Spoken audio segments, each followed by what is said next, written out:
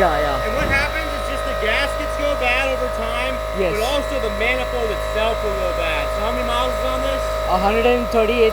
Yeah, I would just replace the whole manifold. Okay, So, alright. and you can try replacing the gaskets first. Okay, yeah. But it almost always is also the manifold. Okay, I got it. Yes, yes. Very much. Yeah, yeah. That's a telltale sign that thing. Yes, yes. It could be one of these hoses, but I doubt it. Okay. Right? These hoses go bad with time also. Yes, yes. So, I don't know if you're going to do this yourself or you're going to have somebody do it, but if you do it yourself, one of the most important things is taking care of these hoses when you take them off. Okay. Because if they break, then you're just going to have to replace them. Which isn't a bad thing, they're not expensive, but it's just more work. Yes, yes, I get it. Okay.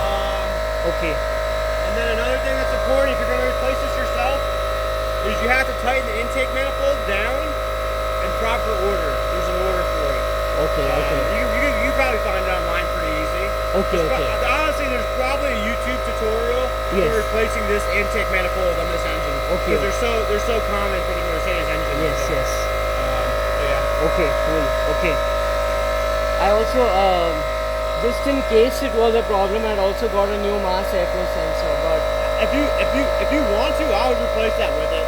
You know? Okay, It's so old. Yeah, You yeah. know? It's definitely leaking. Right? Yes. Unless you want to put that back and wait for that to go out, which is probably I'll just wait, I guess. Yeah. Because looks like that's the real issue. Yeah, right? it's pulling air. It's pulling air through it. Yeah. Okay, Unmetered air. Okay, yes.